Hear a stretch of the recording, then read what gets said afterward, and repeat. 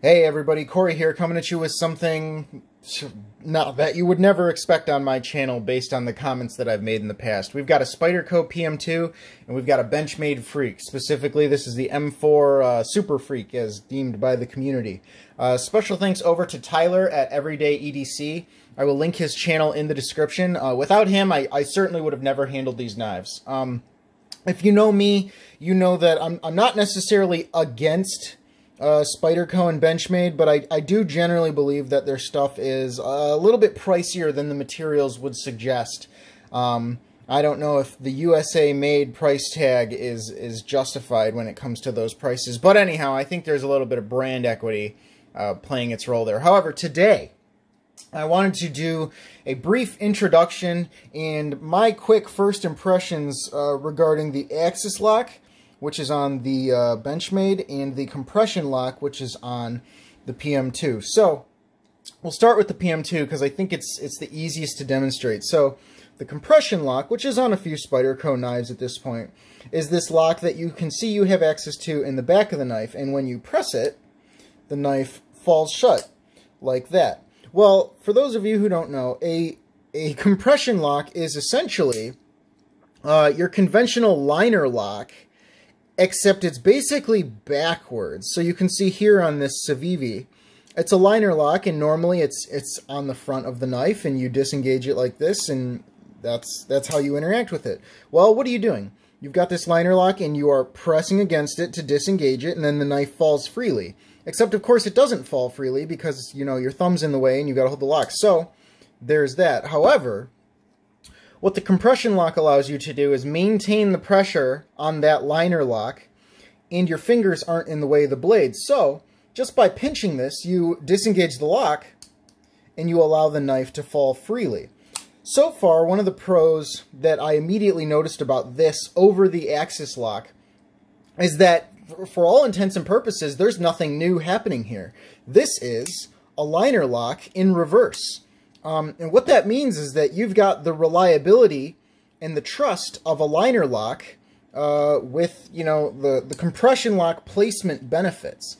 And to me, the good thing about that is there's nothing proprietary going on here. There's nothing that, you know, when it comes to like the Benchmade, for example, how does this work? You've got a spring in here, and this spring is referred to as an omega spring. I'm not going to be able to show you that because I don't want to disassemble Tyler's knife. But basically, there's a proprietary spring in here that allows the axis lock to function the way that it does.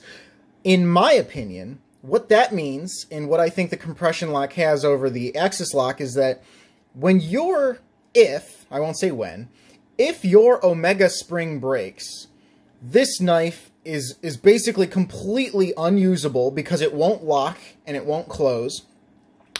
And you have to send it to Benchmade, or you need to convince them to send you replacement omega springs, and then you need to replace them. So you're at the mercy of the omega spring. Whereas with the Spyderco, this is just a liner lock. I mean, can you think of a time when you broke a liner lock?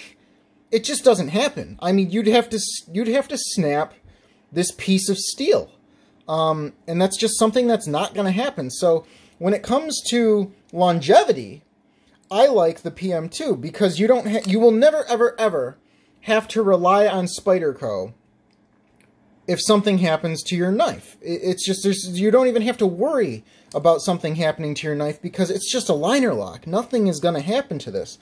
It's structurally sound. Now, here's the downside. Well, I won't talk about the downside yet because I want you to be able to see what I'm talking about when it comes to the Benchmade. The Benchmade, however, when it comes to, say, fidget factor, the axis lock for me for fidget factor, hands down, no questions asked, it wins every single time. So let me just close this and open this, and close this and open this, and close it and open it, and close it and open it. And if you want to just watch it swing, you can do it like that.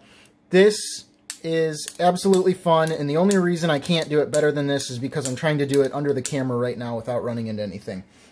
So basically, how this operates, it's kind of hard to show you, but it's got these springs inside of it called omega springs, and those springs are what are keeping tension on this lock. So basically, when you pull the lock down, you're compressing the springs. You can see right here, the springs hold this stop in place that's up against the tang. And when you pull it past the tang, the blade falls freely. And then it can fall shut as well.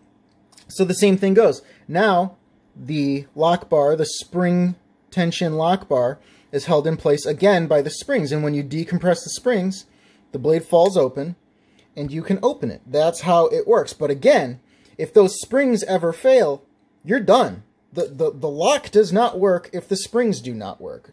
So you better hope your springs work. If it was me, I would always keep a spring on hand. But again, not my knife, not my circus, not my monkeys. However, here's where the Axis lock, in my opinion, wins hands down. No questions asked when it comes to fidget factor. When you drop the Spyderco, let's see if I can catch this. Nope. Couldn't catch it. Nope. Couldn't catch it. And we'll try real hard. Oh, I caught it. I caught it. Okay. So, here's what I'm trying to show you here. Look at how much room I have for a margin of error in terms of catching the knife. Watch when the knife actually gets sucked into the lock. Right about there. You got about 2 or 3 millimeters of wiggle room. You've got a couple degrees of wiggle room when you're dropping the knife to catch it. Otherwise, it's going to do this. It's going to bounce, and you're going to have to force it closed. However, with the Benchmade, due to the way the springs are placed and due to the cutout of the tang on the knife, you can see, watch this. We're looking at like 30 degrees. I'll do it again if you don't believe me, because you think I'm trying to exaggerate here. Look at where it gets sucked in. That's about 30 degrees of space where you have the opportunity to not catch the knife perfectly, but still catch the knife. Watch. You can see it almost sucks it in like a bit of a vacuum. And that makes fidgeting with this thing absolutely awesome. It never bounces open. It just goes straight back into where it belongs. So in that regard, I really, really, really like the Axis lock. So me personally, I'm a little torn on these two different types of locks, right? Because I certainly enjoy the Axis lock more. But I'm a very practical person. My channel is called The Practical Blade, and I don't like relying on Omega springs. Now here's the thing. Benchmade, they've been around for decades. They're probably going to be around forever. Benchmade probably isn't going anywhere. So when it comes to warranty, these have a lifetime warranty. You really won't have a problem getting more Omega springs if you need them. However, I would much rather just have something, in terms of longevity, in terms of a knife that I want to give to my grandkids or something. Again, this is a liner lock. This is just a piece of steel. Nothing can happen to this liner lock. I mean, you'd have to do catastrophic damage to this liner lock for you to ever have a problem with it. So right now, pros and cons. The Benchmade, more fidget friendly, but the Axis lock is more fidget friendly. But the compression lock, it's just going to be around for longer. It seems like you can't run into as many problems with the compression lock as you can with the Axis lock. So, going to continue to handle these knives for the next couple of weeks. Thank you again to Tyler at Everyday EDC.